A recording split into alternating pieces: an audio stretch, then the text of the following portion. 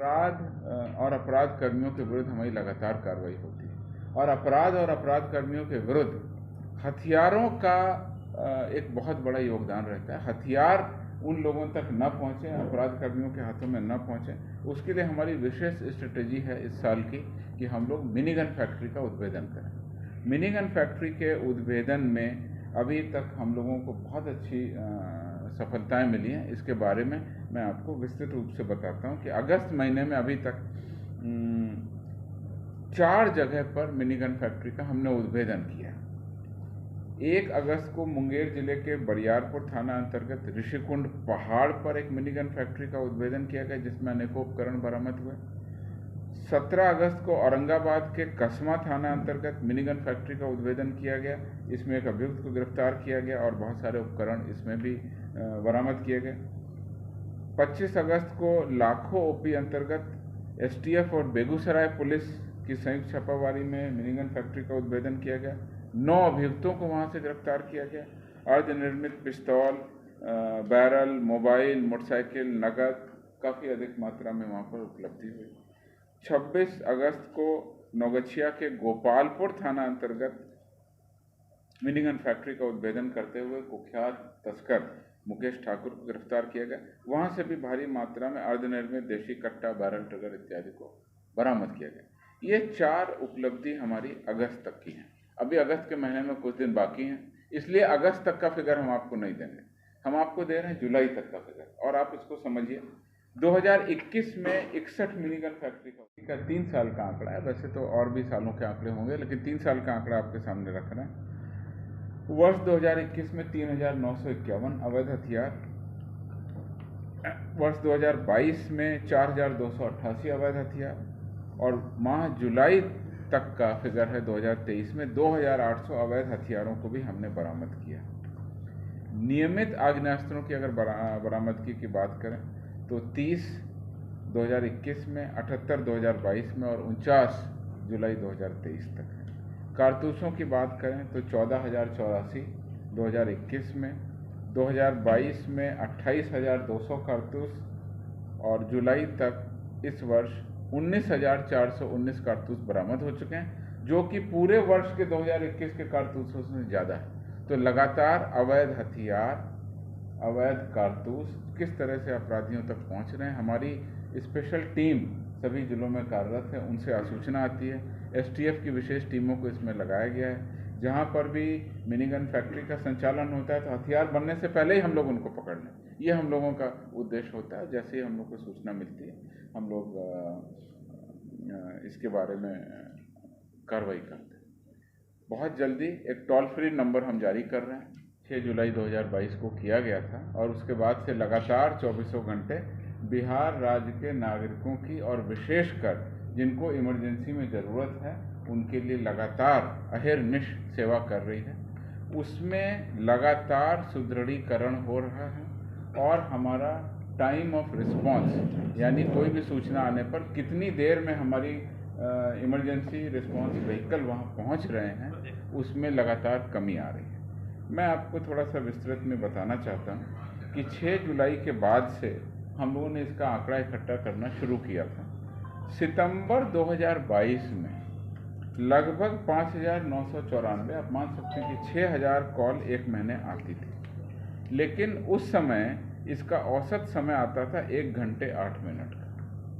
और उस समय नया ये सिस्टम था, वाहन चालकों की लगातार ट्रेनिंग, रिस्पांस ऑफिसर्स की लगातार ट्रेनिंग, पुलिस पदाधिकारियों की लगातार ब्रीफिंग, और किस तरह से हमारे वाहनों को डिप्लॉय किया जाए उसको जब परिवर्तित किया गया और देखा गया कि आगे क्या परिवर्तन हो सकता है, तो फिर अक्टूबर से हमने इसमें सुधार करना शुरू किया। अक्टूबर से लेकर के मार्च 2023 तक, जहां पिछली बार मासिक औसत था 5,994, वो मासिक औसत बढ़ करके हो गया 37,733। शुरुआत में अवेयरनेस की भी कमी थी, कई लोगों को जानकारी नहीं थी, तो 5,000 के बजाय बढ़कर औसत मासिक कॉल का हो गया 37,000, और हमारा रिस्पांस टाइम था 50 मिनट का, जिसके बारे में आपको विस्तृत रूप से अवगत कराया गया था। हम लोगों ने पुनः इस पूरे सिस्टम की समीक्षा की कहाँ कहाँ लूपहोल्स थे, कहाँ कहाँ कमियां हैं, किन कारणों से समय ज़्यादा लग रहा है।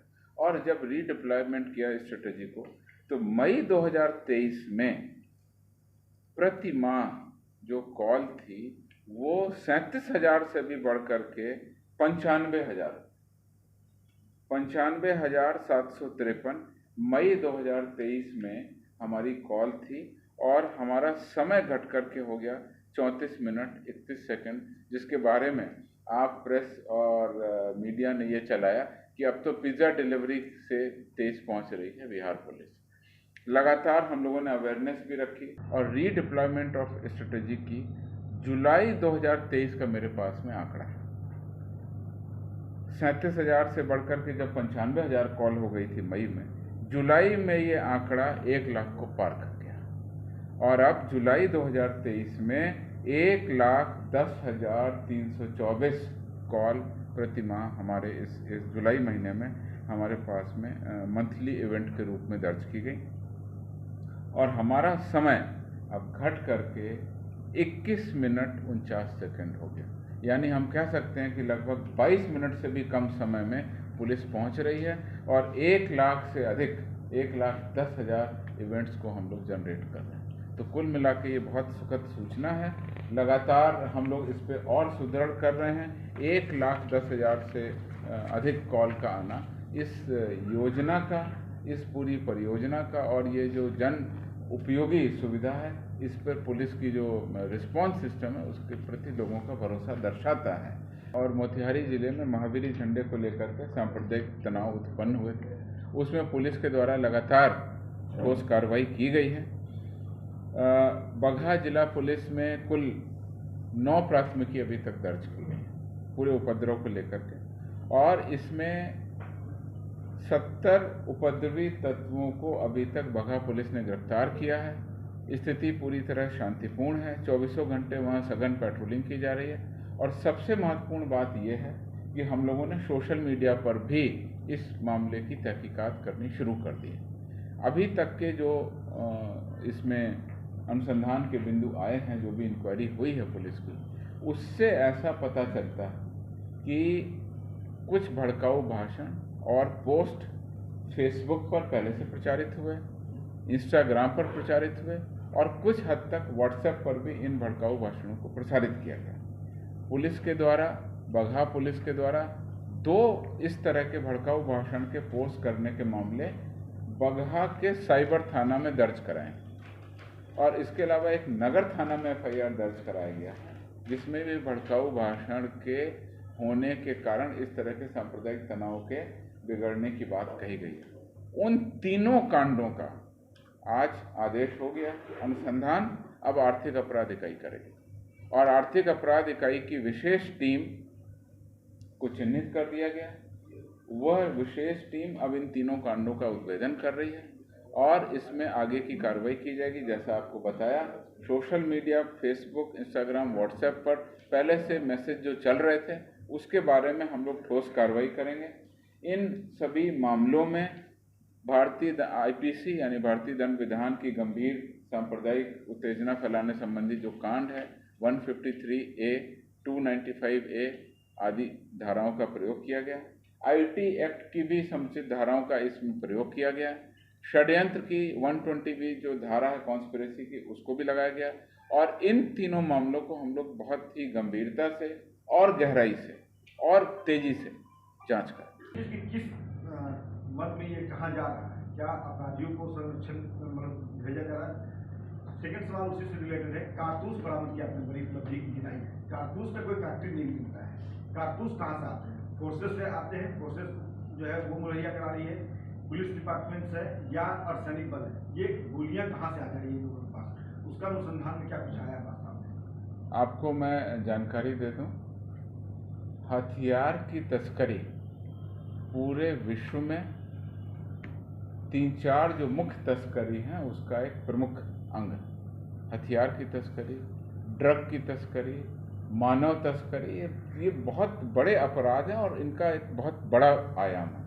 बिहार में प्रारंभ से मिनीगन फैक्ट्री रहने का, उनको चलाने का और उनको बेचने का कुछ पॉकेट्स में इतिहास रहा। हाल के दिनों में पुलिस की जो बड़ी कार्रवाई हुई, उस बड़ी कार्रवाई के चलते अन्य राज्यों में ये शिफ्ट हो गया। उन राज्यों का नाम लेकर के मैं किसी अन्य राज्य के बारे में नहीं कहना चाहता हूँ, लेकिन आप लोग अवगत हैं। अन्य राज्यों में अब यहाँ के लोग अब यहाँ नहीं बनाते हैं, जो जेल में हैं वो उनके बाकी लोग, लेकिन फिर भी अगर कुछ लोग बना रहे हैं तो आपने जो कहा उन सभी स्रोतों के माध्यम से हम अनुसंधान करते हैं, इंक्वायरी करते हैं और आसूचना डेवलप करते हैं। हथियार खरीदने वाले कौन हो सकते हैं? कोई अपराधी होगा। हथियार बेचने वाले कौन होगा? जो इसका डीलर या मिडिलमैन होगा।